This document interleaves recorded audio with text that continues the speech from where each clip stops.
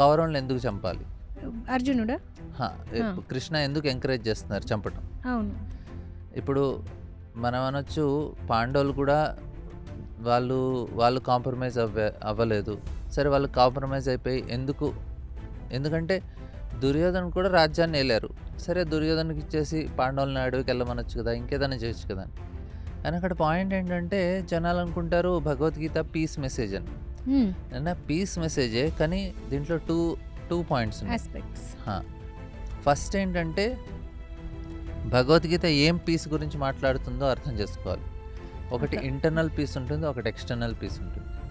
Krishna piece ఏదైతే మాట్లాడుతున్నారో అది ఎక్స్టర్నల్ పీస్ కాదు. ఇంటర్నల్ పీస్ గురించి హ్మ్. మాట్లాడుతారు. సో, ఇంటర్నల్ పీస్ రావాలి అంటే మనందరికీ శాంతి అనేది మనకి ఎందుకంటే కృష్ణ క్లియర్ అశాంతస్య కుతః సుఖం. శాంతి లేని సుఖం రాదు అని చెప్తున్నారు. అందరికీ నమస్కారం. నేను మీ రాధిక. కృష్ణుడు అంటే భగవంతుడు. మన భగవంతుడు అసలు పార్షియాలిటీ చేయకూడదు. కానీ మనకు మహాభారతంలో ఎన్నో చోట్ల ఆయన పక్షపాతం చేసినట్టు కనిపిస్తుంది. అదే కాక భగవంతుడు అన్నప్పుడు ఎంతో పవర్ ఉంటుంది. అలాంటప్పుడు దుర్యోధనుడు యుద్ధ యుద్ధం గురించి కానీ, తన రాజ్యం గురించి ఆలోచించినప్పుడు ఆయనలో మార్పుని తేవచ్చు కదా కృష్ణుడు. ఆయనకంత పవర్ ఉంటుంది భగవంతుడు. అలా కాకుండా అర్జునుడిని యుద్ధానికి సిద్ధపరిచాడు. అసలు భగవంతుడు ఎన్నో చేయొచ్చు. చేయకుండా ఇదే విధిలో ఎందుకు చేశారో మనం ఈరోజు స్వామీజీతో తెలుసుకుందాం. హరే కృష్ణ స్వామీజీ. హరే కృష్ణ. స్వామీజీ అసలు భగవంతుడు అంటే చాలా పవర్‌ఫుల్. అల్టిమేట్ సుప్రీం పవర్ అని అంటాం కదా! సుప్రీం పవర్ అన్నప్పుడు ఒక సీరియస్‌గా ఆ యుద్ధం అనే సిట్యుయేషన్‌ని మహాభారతంలో ఎందుకు తీసుకొచ్చాడు? ఆయనకొక సెకండ్ పట్టదు. దుర్యోధన్ మనసులో మార్పు తేడానికి. రాజ్యం పైన పవర్ అనేదైతే ఆలోచన తీయడానికి దుర్యోధనుడికైనా, ధృతరాష్ట్రుడికైనా వాళ్ళ మనసు కృష్ణుడు తలుచుకుంటే ఇలా మార్చొచ్చు. ఒకటో విషయం. రెండో విషయం ఏంటి? అర్జునుడిని కూడా యుద్ధం వద్దు, కాంప్రమైజ్ కాండి అని చెప్పకుండా ఫుల్ ప్రాపర్ ఇంకా ఎంకరేజ్ చేసి, సెట్ చేసి యుద్ధానికి వాళ్ళ ఫ్యామిలీతోనే సెట్ చేస్తారు. ఎందుకంటారు? ఇక్కడ మనకి కృష్ణ ఆయన యుద్ధం కాకుండా ఆయన ఆపటానికి ప్రయత్నిస్తారు. ఓహ్! ఆయన ప్రయత్నిస్తారా? ఆయన దూతగా వెళ్తారు. శాంతి దూతగా. యుద్ధానికి ముందు పాండవులతో మీటింగ్ జరుగుతుంది. అప్పుడు ధర్మరాజు అంటారు, "సరే కృష్ణ కౌరవులు మాకు మొత్తం రాజ్యం ఇయ్యకపోయినా ఎందుకంటే వాళ్ళది సగం రాజ్యం వాళ్ళకి రావాలి.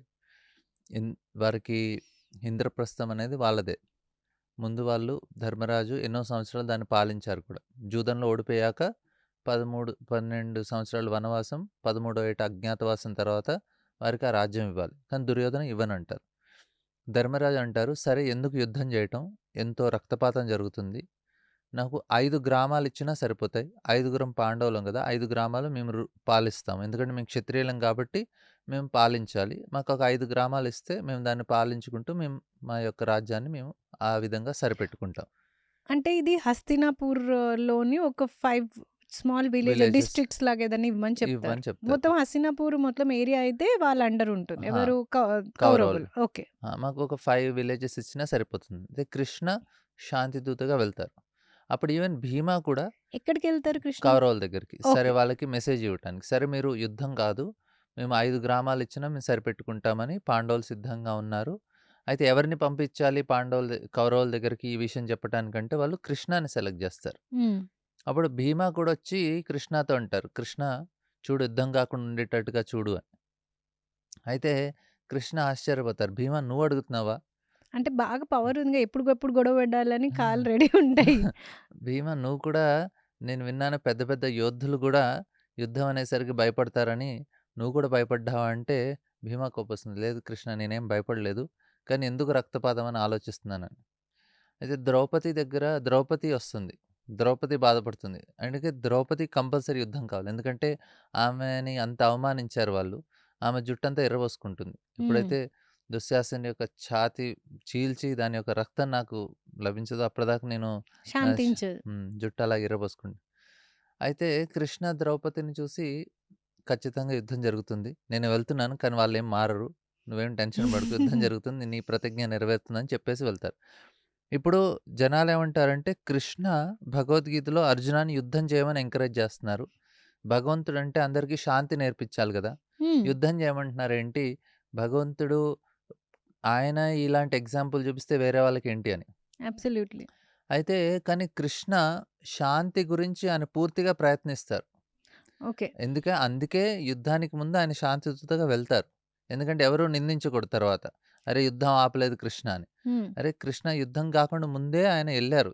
ఎవరి దగ్గర కౌరవుల కౌరవుల దగ్గరికెళ్లారు. దగ్గరికి. హ్మ్. దుర్యోధన దగ్గరికెళ్లి ఆయన ఒక సందేశం ఇస్తారు. నాయనా నీకు వాళ్ళు 5 గ్రామాలతో సరిపెట్టుకుంటా అన్నారు. నువ్వు నీ రాజ్యాన్ని ఏలుకో. హ్మ్.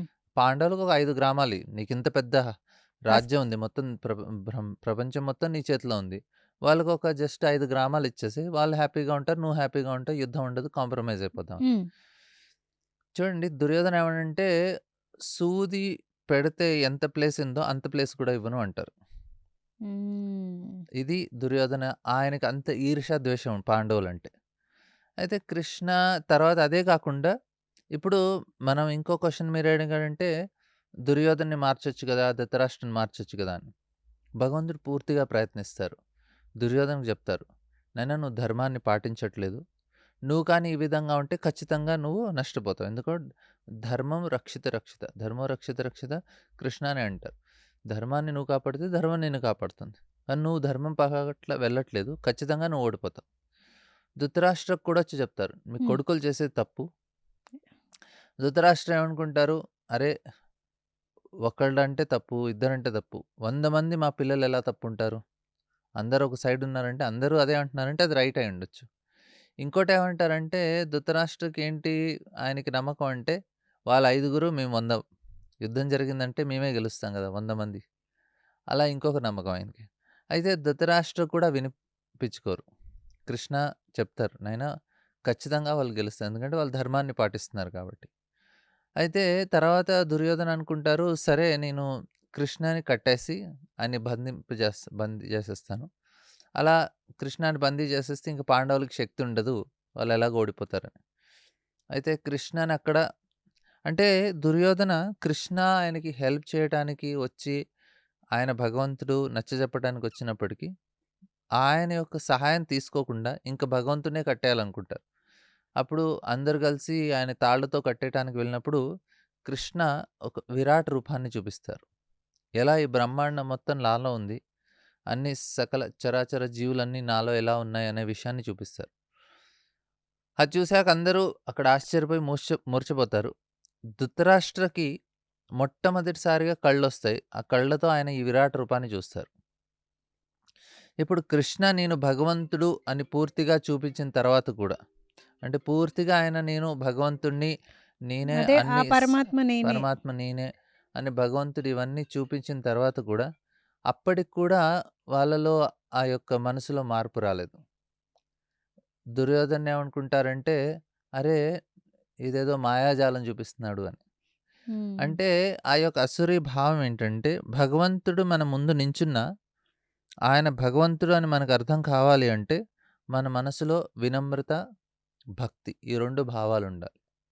ఈ 2 ఉన్నప్పుడే నాకు భగవంతుడు ఆయన అని అర్థమైతుంది. లేకుంటే అర్థం కాదు.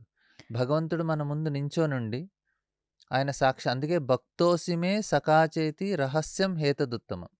భగవంతుడు యొక్క ఆయన ఏమంటున్నారు నాహం ప్రకాశ సర్వస్య యోగమాయ సమావృత అంటారు కృష్ణ. నాహం ప్రకాశ సర్వస్య. నేను అందరికీ అర్థం కాను. ప్రకాశ సర్వస్య ప్రతి చోట నేను ఎందుకు యోగమాయ సమావృత. యోగమాయ ద్వారా నేను కప్పివేయబడి ఉంటాను అని. ఎందుకని? యోగ్యత లేదు. ఎవరికైతే ఆ యోగ్యత ఉంటుందో అప్పుడు ఆ యోగమాయ ఆ కర్టెన్ తీసేస్తుంది. హిరణ్మయేన పాత్రేణ సత్యస్యాపి హితం ముఖం. ఈశోపనిషత్తులో హ్మ్. చెప్పింది. అయితే ఆ భగవంతుడిని ఆ యొక్క కర్టెన్ తీయాలి అంటే మన లోపల భక్తి, వినమ్రత భావం ఉండాలి. ఈ 2 ఉన్నప్పుడే ఆ యొక్క భగవంతుడి ఆ కర్టెన్ తొలుగుతుంది. మనం భగవంతుడిని చూడగలుగుతాం. సో, ఇక్కడ దుర్యోధనకి కనిపించిన ఆయనలో ఆ ఈర్ష్య, ద్వేషం ఉండటం వల్ల ఆయనకి భగవంతుడిని అర్థం చేసుకోలేకపోయారు. అంటే ఎంత సౌభాగ్యమైన క్షణం అది. అంటే వీళ్ళకి కృష్ణుడిని భక్తి ఉన్నా లేకున్నా ఒక ఛాన్స్ ఇచ్చి కృష్ణుడు నేనే భగవంతుడని విరాట్ స్వరూప్ పరమాత్మ నిజమైన స్వరూపం చూపించినా వాళ్ళ డిజైర్స్, వాళ్ళ అటాచ్‌మెంట్స్ టు అది కావాలి, వాళ్ళకి దక్కకుండా మాకు రావాలనే ఆ ఈర్ష్య వల్ల ఆ భగవంతునికి సరెండర్ కూడా అవ్వలేదాళ్ళు. అవ్వలేదు. ఇంకోటి, ధృతరాష్ట్రకి కృష్ణ భగవంతుడని తెలుసు. ఆయన ఒప్పుకుంటారు. కృష్ణ భగవంతుడు. ఎందుకు వేదాలన్నీ చదువుకున్నాడు. ఆ! అయితే ఆయన ఏమంటారంటే, నాకు తెలుసు, కానీ నా కొడుకు పట్ల ఆసక్తిని మాత్రం నేను విడిచిపెట్టను. వా!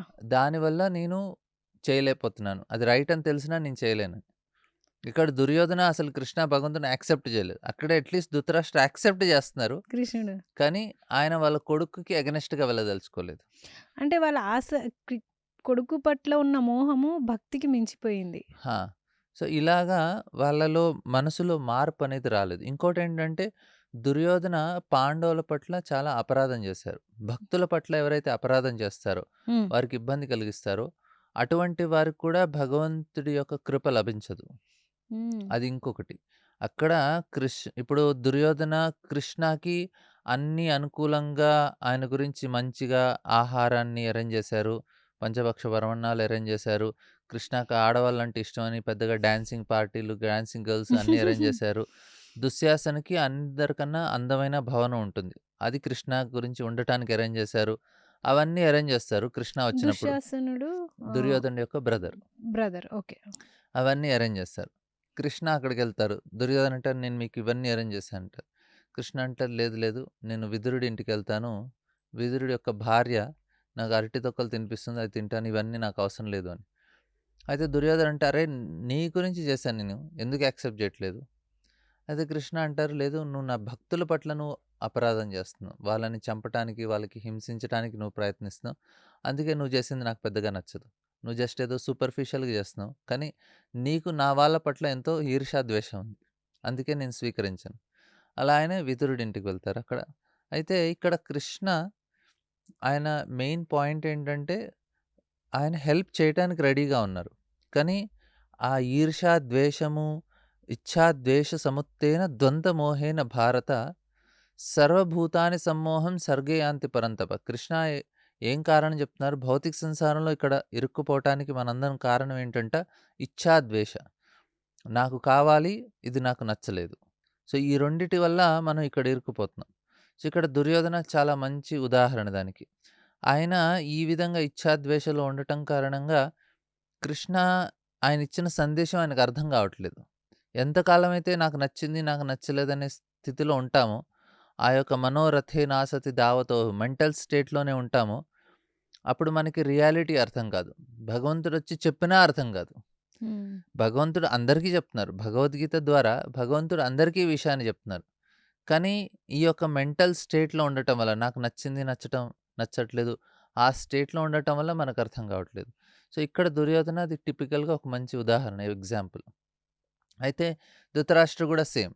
ఆయన కూడా ఇంకా ధృతరాష్ట్ర అంటే ఇంకా ఆసక్తి వల్ల, ఇంకా హ్మ్. చాలా గట్టి ఆసక్తి వల్ల ఆ విధంగా ఉన్నారు. సో, ఇలాగా కృష్ణ హెల్ప్ చేయటానికి ట్రై చేశారు. కానీ కాలేదు. కృష్ణ విరాట్ రూపం చూపిచ్చారు. అంటే భగవంతుడు సాక్షాత్తుగా తన రూపాన్ని చూపిస్తున్నారు, విరాట్ రూపాన్ని. అయినా నీకు భయం లేదు. అయినా నువ్వు యాక్సెప్ట్ చేయట్లేదు. అల్టిమేట్ కనిపిస్తే అదొక సౌభాగ్యం.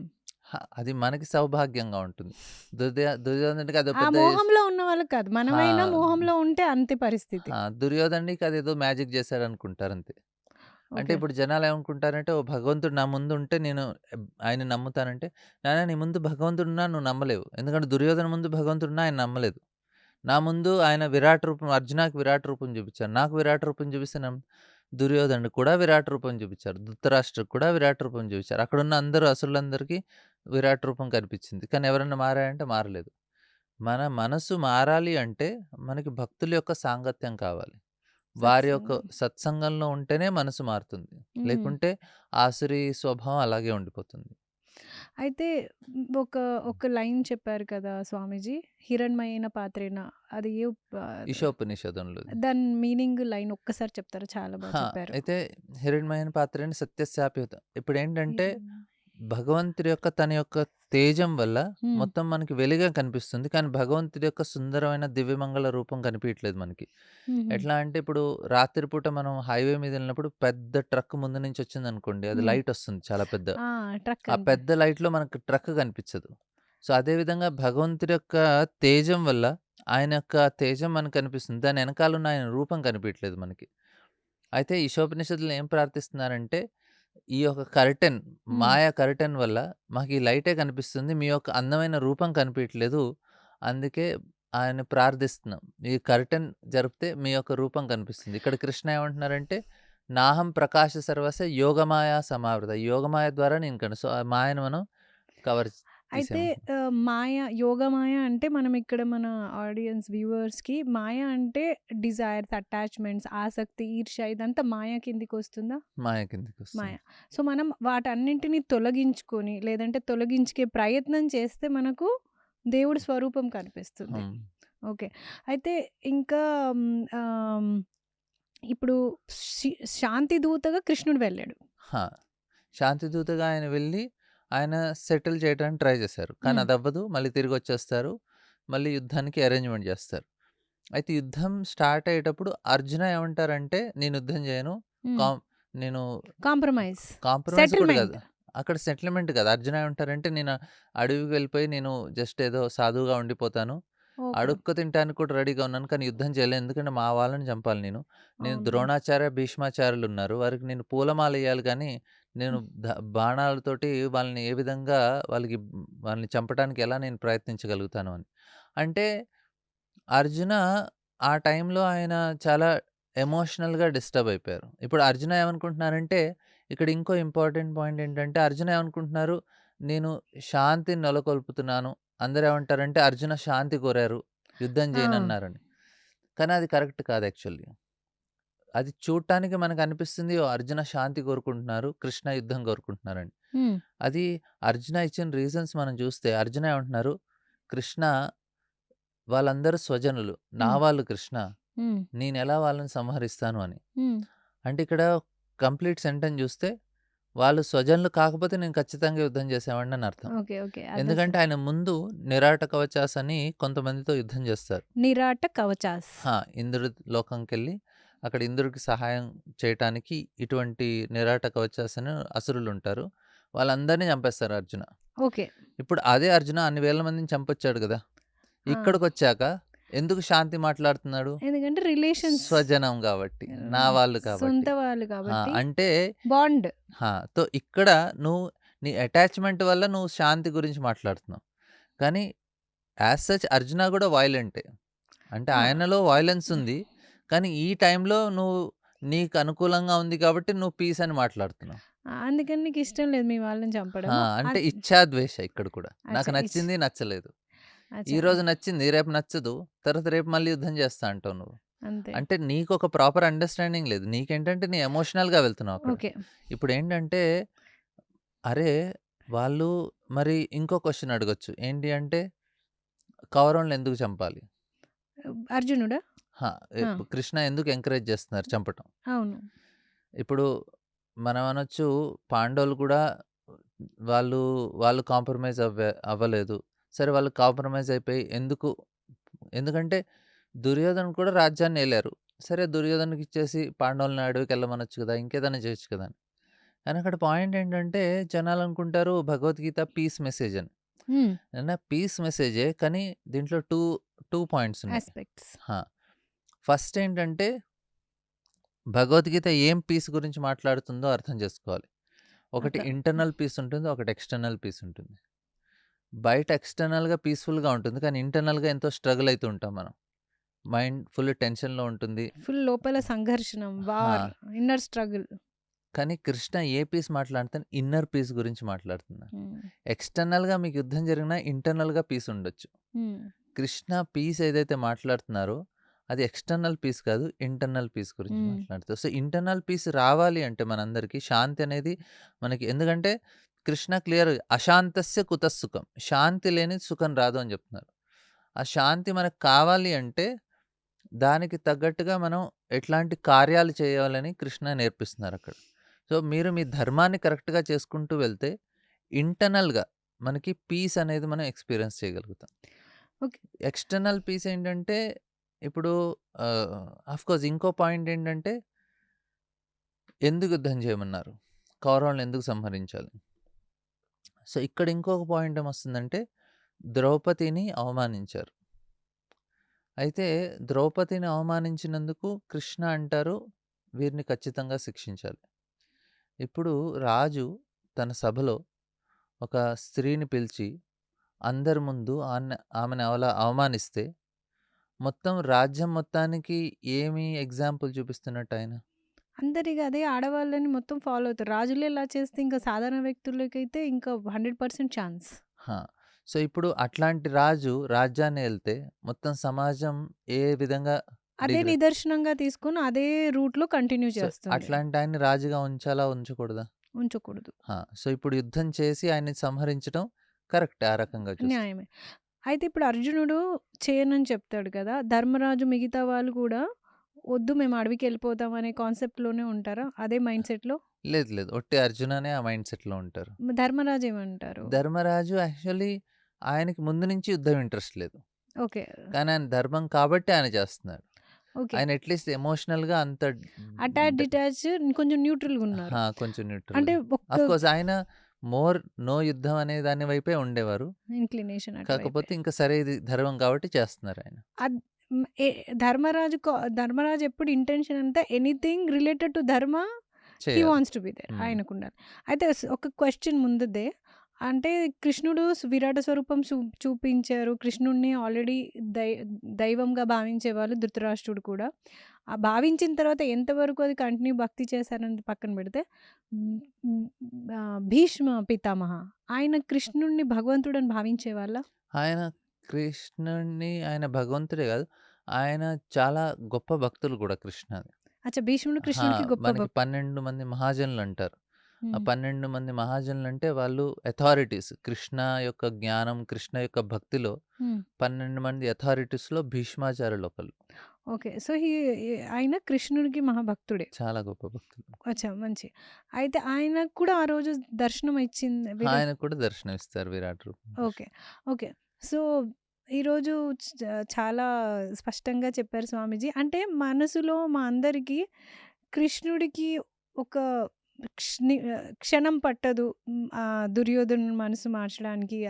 కానీ ఇన్ని రోజులు మాకు తెలిసిందేందంటే ధర్మం విషయం వస్తే ఫ్యామిలీ అయినా, ఎవరైనా యుద్ధం చెయ్యాలనే ఒక ఆహ్, కాన్సెప్టే మా మైండ్‌లో ఉండింది. బట్ ఇప్పుడు అర్థమయ్యింది ఏంటి అంటే, కృష్ణుడు అన్ని రకాలుగా కౌరవులకి శాంతి దూతగా వెళ్ళి వాళ్ళకి ఎక్స్‌ప్లెయిన్ చేయడమే కాకుండా ఎందుకు కాకుండా నమ్మనప్పుడు ఆయన సాక్షాత్తు పరమాత్మ స్వరూపం, విరాట స్వరూపం అంతా ఇచ్చిన తర్వాత గూడా వాళ్ళు ఎంత మోహంలో ఉన్నారంటే వాళ్ళ ఆసక్తి, బ బ అటాచ్‌మెంట్, వాళ్ళ ద్వేషం దాని ముందు భగవంతుడు నేనే భగవంతుడినన్న దాని కారణాలు చెప్పినా ఆహ్, కెపాసిటీ నమ్మలేకపోయారు. లేదు. అదన్నట్టు మీరు యోగమాయ వాళ్ళకి ఆ పరదా కర్టెన్ లాగా వచ్చేసింది. ఆ కర్టెన్ పోవాలి అంటే సత్సంగం ఇంపార్టెంట్ అంటున్నారు.